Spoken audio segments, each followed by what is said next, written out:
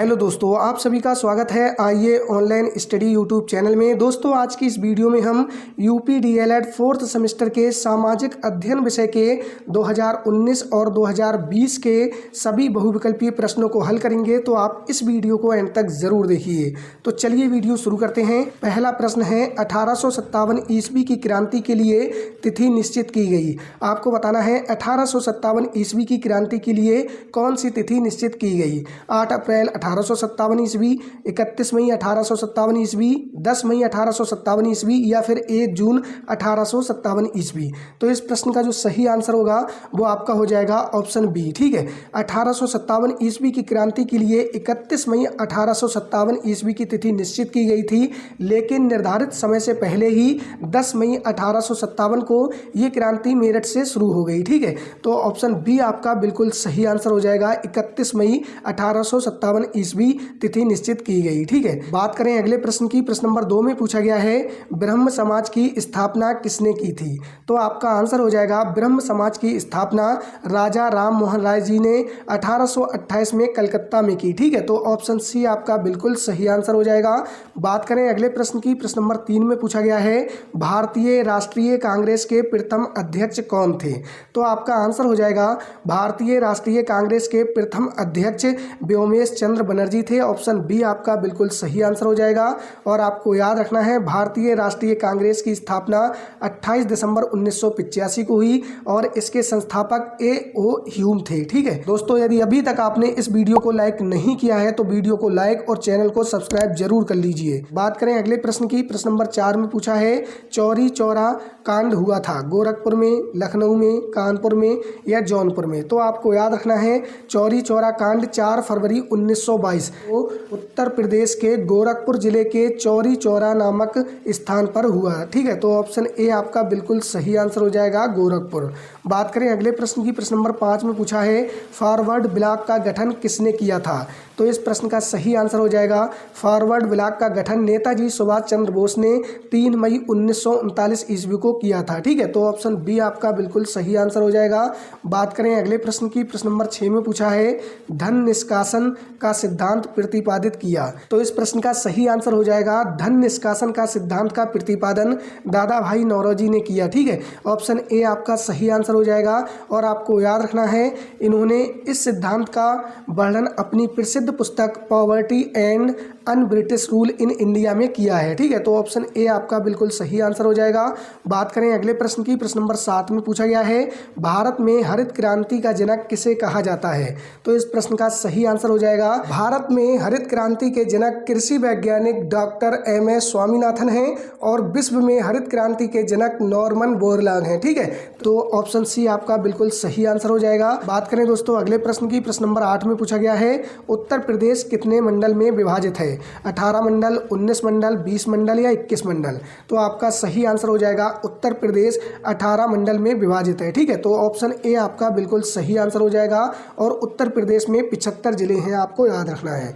बात करें दोस्तों अगले प्रश्न की। तो यहाँ पे आप देख सकते हैं प्रश्न नंबर 9 में पूछा है निम्नलिखित में से कौन खरीफ की फसल है, चना, सरसों, मूंग या मटर। तो दोस्तों आपको याद रखना है जो खरीफ की फसल है वो जून जुलाई में बोई जाती है और अक्टूबर के आसपास इसकी कटाई होती है। ठीक है, तो इसमें आप देख सकते हैं चना, सरसों और मटर। ठीक है, ये कौन सी फसल है, ये आपकी रबी की फसल है। कौन सी रबी की फसल है।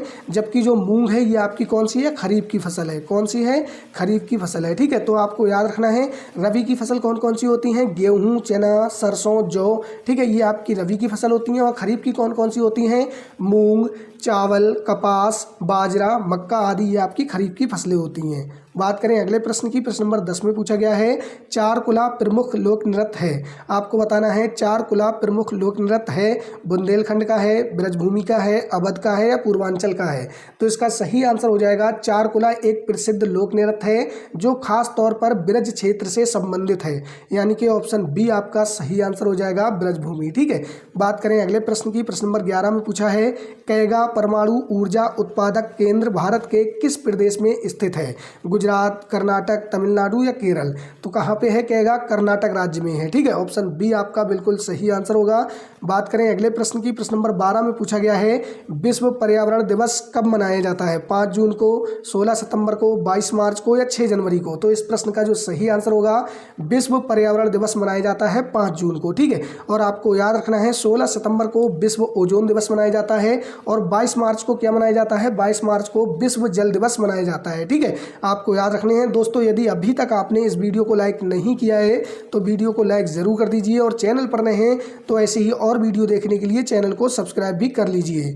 बात करें अगले प्रश्न की, प्रश्न नंबर 13 में पूछा है जनगणना 2011 के अनुसार उत्तर प्रदेश का सर्वाधिक साक्षरता वाला जिला है? कानपुर, गौतम बुद्ध नगर, प्रयागराज या वाराणसी? तो इस प्रश्न का जो सही आंसर होगा वो आपका हो जाएगा 2011 की जनगणना के अनुसार उत्तर प्रदेश में सर्वाधिक साक्षरता वाला जिला गौतम बुद्ध नगर है। ठीक है, ऑप्शन बी आपका बिल्कुल सही आंसर होगा। कौन सा है? गौतम बुद्ध नगर। बात करें अगले प्रश्न की, प्रश्न नंबर 14 में पूछा गया है भारत का सबसे लंबा राष्ट्रीय राजमार्ग है? राष्ट्रीय राजमार्ग 1, राष्ट्रीय राजमार्ग 2 या राष्ट्रीय राजमार्ग 7 या फिर राष्ट्रीय राजमार्ग 44? तो इस प्रश्न का सही आंसर हो जाएगा भारत का सबसे लंबा राष्ट्रीय राजमार्ग है राष्ट्रीय राजमार्ग 44 यानी कि NH44। ठीक है, कौन सा? NH44 आपको याद रखना है। बात करें अगले प्रश्न की, प्रश्न नंबर 15 में पूछा गया है योजना आयोग के स्थान पर नीति आयोग की स्थापना निम्नलिखित में से किस वर्ष में हुई? 2014 में, 2015 में, 2016 में या 2017 में? तो इस प्रश्न का सही आंसर आपका हो जाएगा नीति आयोग की स्थापना भारत सरकार ने जनवरी 2015 में की थी, जिसने पहले से कार्य कर रहे योजना आयोग की जगह ली। ठीक है, तो कौन सा आंसर सही होगा? ऑप्शन बी आपका बिल्कुल सही आंसर हो जाएगा। बात करें अगले प्रश्न की, तो यहाँ पे आप देख सकते हैं 2020 के बहुविकल्पीय प्रश्न। पहला प्रश्न पूछा गया है सत्यार्थ प्रकाश रचना है, तो आपको बताना है ये रचना किन की है? तो इस प्रश्न का सही आंसर हो जाएगा सत्यार्थ प्रकाश स्वामी दयानंद सरस्वती जी की रचना है। इन्होंने आर्य समाज की स्थापना की थी। ठीक है, तो ऑप्शन ए आपका बिल्कुल सही आंसर हो जाएगा। बात करें दोस्तों अगले प्रश्न की, प्रश्न नंबर 2 में पूछा गया है जलियांवाला बाग हत्याकांड किसने करवाया? आपको बताना है जलियांवाला बाग हत्याकांड किसने कराया था। ठीक है, जलियांवाला बाग हत्याकांड 13 अप्रैल 1919 ईस्वी को जनरल डायर ने करवाया था और कहाँ? अमृतसर में। तो ऑप्शन आपका बी बिल्कुल सही आंसर हो जाएगा। बात करें अगले प्रश्न की, प्रश्न नंबर 3 में पूछा है उत्तर प्रदेश में उच्च न्यायालय स्थित है? प्रयागराज में, आगरा में, वाराणसी में या मेरठ में? तो इस प्रश्न का सही आंसर हो जाएगा उत्तर प्रदेश का उच्च न्यायालय यानी कि हाईकोर्ट मुख्य रूप से प्रयागराज, जिसे पहले इलाहाबाद के नाम से जाना जाता था, वहां पर स्थित है। ठीक है, और इसकी खंडपीठ लखनऊ में भी स्थित है, आपको याद रखना है। तो ऑप्शन ए आपका बिल्कुल सही आंसर हो जाएगा प्रयागराज। बात करें अगले प्रश्न की, प्रश्न नंबर 4 में पूछा गया है उत्तर प्रदेश का मैनचेस्टर कहा जाता है? लुधियाना को, दिल्ली को, कानपुर को या फिर लखनऊ को? ठीक है, आपको बताना है जो उत्तर प्रदेश का मैनचेस्टर है वो किसे कहा जाता है? तो इस प्रश्न का सही आंसर हो जाएगा उत्तर प्रदेश का मैनचेस्टर कानपुर को कहा जाता है। ठीक है, ऑप्शन सी आपका सही आंसर हो जाएगा। अपने समृद्ध सूती वस्त्र उद्योग और बड़ी मिलों के कारण ऐतिहासिक रूप से कानपुर को उत्तर भारत का मैनचेस्टर कहा जाता है। ठीक है, और दोस्तों यदि आपसे पूछा जाए भारत का मैनचेस्टर किसे कहा जाता है तो अहमदाबाद आपका आंसर होगा। बात करें अगले प्रश्न की, प्रश्न नंबर 5 में पूछा गया है अशोक चक्र में तीलियां हैं 22, 28, 30 या 24? तो इस प्रश्न का सही आंसर हो जाएगा अशोक चक्र में तीलियों की संख्या है 24। ठीक है, और आपको याद रखना है इनका रंग गहरा नीला होता है। तो ऑप्शन डी आपका बिल्कुल सही आंसर हो जाएगा। बात करें अगले प्रश्न की, प्रश्न नंबर 6 में आपसे पूछा गया है प्रदूषण के प्रकार हैं वायु प्रदूषण, जल प्रदूषण, ध्वनि प्रदूषण या फिर उपयुक्त सभी? तो यहाँ पे आप देख सकते हैं वायु प्रदूषण, जल प्रदूषण, ध्वनि प्रदूषण सभी प्रदूषण के प्रकार हैं। तो ऑप्शन डी आपका बिल्कुल सही आंसर हो जाएगा। प्रदूषण पर्यावरण में हानिकारक पदार्थों का प्रवेश है जो पारिस्थितिकी संतुलन को बिगाड़ता है और स्वास्थ्य के लिए खतरा पैदा करता है। ठीक है, इसके प्रकार वायु प्रदूषण, जल प्रदूषण, मृदा प्रदूषण और ध्वनि प्रदूषण आदि हैं। ठीक है, तो ऑप्शन डी आपका बिल्कुल सही आंसर हो जाएगा। बात करें अगले प्रश्न की, प्रश्न नंबर 7 में पूछा गया है हिंदुस्तान रिपब्लिक एसोसिएशन का गठन किसने किया? तो इस प्रश्न का सही आंसर आपका हो जाएगा ऑप्शन बी राम प्रसाद बिस्मिल।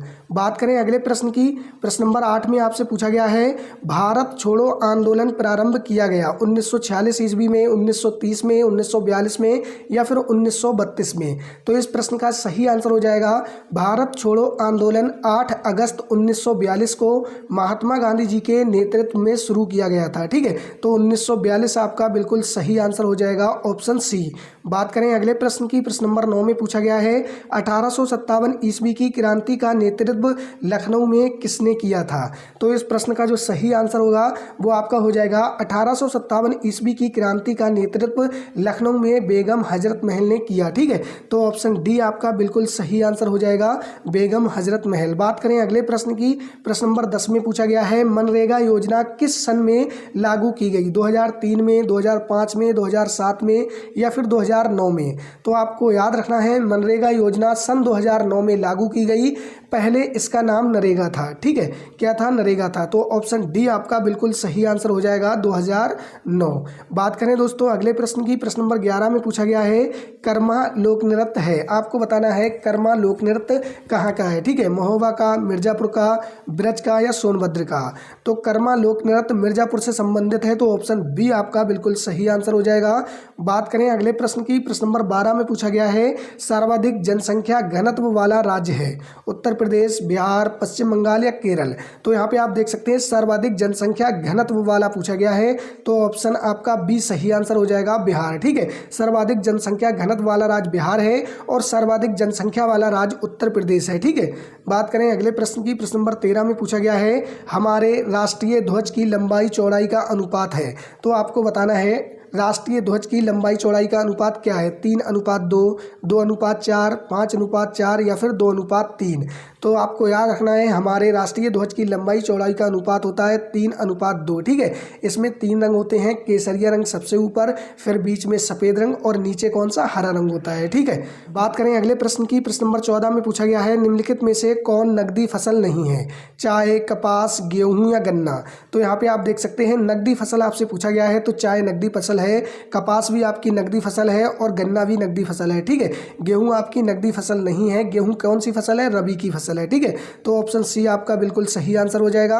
बात करें अगले प्रश्न की, प्रश्न नंबर 15 में पूछा गया है चौरी चौरा कांड कब हुआ था, 10 मार्च 1922, 4 फरवरी 1922, 27 मार्च 1922 या फिर 15 फरवरी 1922। तो इस प्रश्न का सही आंसर हो जाएगा चौरी चौरा कांड हुआ था 4 फरवरी 1922 को। ठीक है, आपको याद रखना है चौरी चौरा की घटना उत्तर प्रदेश के गोरखपुर जिले के चौरी चौरा में 4 फरवरी 1922 को हुई थी। ठीक है, तो ऑप्शन बी आपका बिल्कुल सही आंसर होगा। दोस्तों इसमें हमने 2019 और 2020 के 30 प्रश्नों को हल किया है। 30 प्रश्न में से आपके कितने प्रश्न सही थे कमेंट में ज़रूर बताइएगा। और दोस्तों यूपी डीएलएड से संबंधित सभी लेटेस्ट अपडेट और क्लासेज के लिए आप इस चैनल को सब्सक्राइब करके रखिएगा। ठीक है, मिलते हैं आपसे किसी नेक्स्ट वीडियो में किसी नेक्स्ट क्लास के साथ।